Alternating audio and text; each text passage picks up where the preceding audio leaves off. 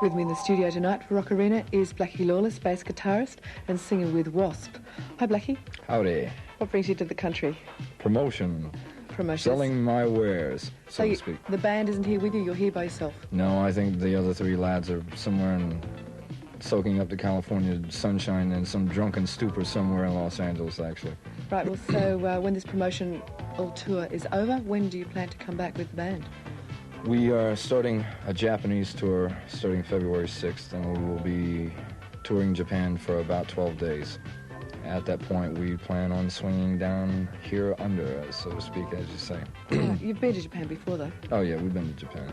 Yeah. But the band hasn't been to Australia yet. As a matter of fact, this is my first time here. You've just released a second album, The Last Command. The Last Command. Tell me something about the album. It's a unique departure from what we did on the first one. The first one, we did a very raw sounding album. There was a lot of energy, and you can say what you want to about the record. You can either like it or you don't, but whenever you pull that record out of the jacket, I mean, it's dripping with energy, and that's really good, and I like that a lot. But contrary to what a lot of people don't understand about me is I'm a big Beatle fanatic, and I've often been asked if you had to be on a desert island, what one album would you take? Well, I'd take the White Album with me, because there's so many diverse things on that. What I wanted to do on this album was try to create that type of feeling. In other words, use as many different instruments as we could. I played like 14 different instruments on this album, and there's a lot of things going on this record. And the problem with heavy rock is that they put the guitars right up in your face, and that's fine, but you don't get much dimension.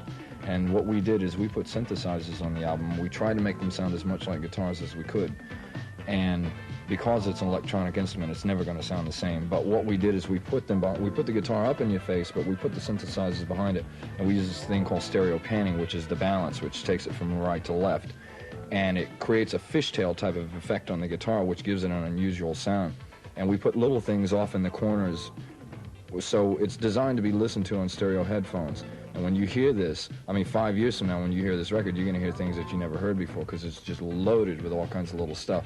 The problem with heavy rock is that it's at a peak worldwide, which is great, but unless somebody comes along and shows some real imagination, gives it a bit of new life, it's going to go back to where it was a few years ago, which is, it'll never die, but it just won't be as popular as it is right now. And I think it's time that people come along and start using some real imagination and dimension in this type of music and still be heavy at the same time. Yeah, what is it about heavy rock or heavy metal music that makes it so popular? You're dealing with adolescence, and adolescence is painful at best. The way WASP convey themselves to an audience is you've got angry people playing angry music for an angry audience. And what I mean by that is I sit here in the studio with you and I'm very calm or whatever, or as best I can be. And they've actually got a chain tied to this chair, so she looks very safe sitting up. But WASP are basically for very angry people, and what I mean by that is not that with psychopaths or anything like that. I can sit in 5 o'clock traffic and get angry at the same thing anybody else can. But the thing is, I'll take my frustrations out on a stage and vent them there. And the object is, when we go on a stage, is to beat an audience's brains out. Now, when you take that type of energy and you push it off into a crowd that's already feeling that, you've got a very volatile situation, because 14, 15 years old, like I said, adolescence is painful at best. You put a heavy dose of hostility in there, and that's a lethal combination.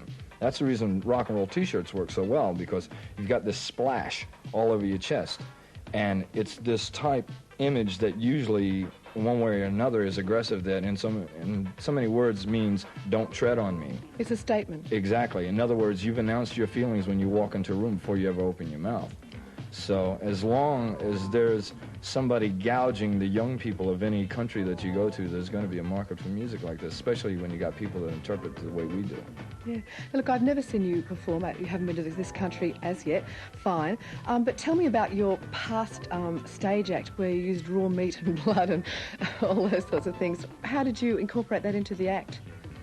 We were doing, when we first got together, we were doing a type of material called psychodrama, or a type of theater called psychodrama, which I've since been told is psychotic people doing drama. But it was designed to be played to very intimate type theater.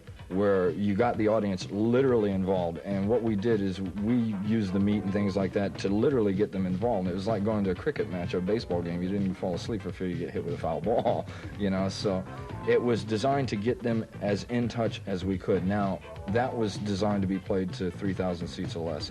Now we've moved on to 10, 15,000 seat arenas, and the show has changed. So what we did is we traded in the psychodrama for a more elaborate stage set. So what we did before is that was in the past.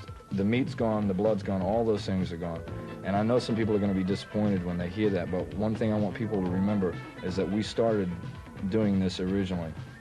We started doing it because we wanted to, not because we thought, you know, we could make a quick buck with it or something like that. We started out as studio musicians. When we got out of the studio, we wanted the most intense form of expression that we could find, because we were like animals that had been cooped up into a cage. And so when we got out, we did that originally.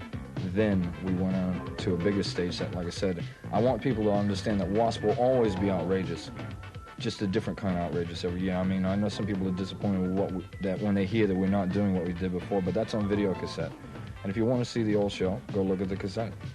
You know, I mean, every year it should change, I think. I don't want to become boring to myself.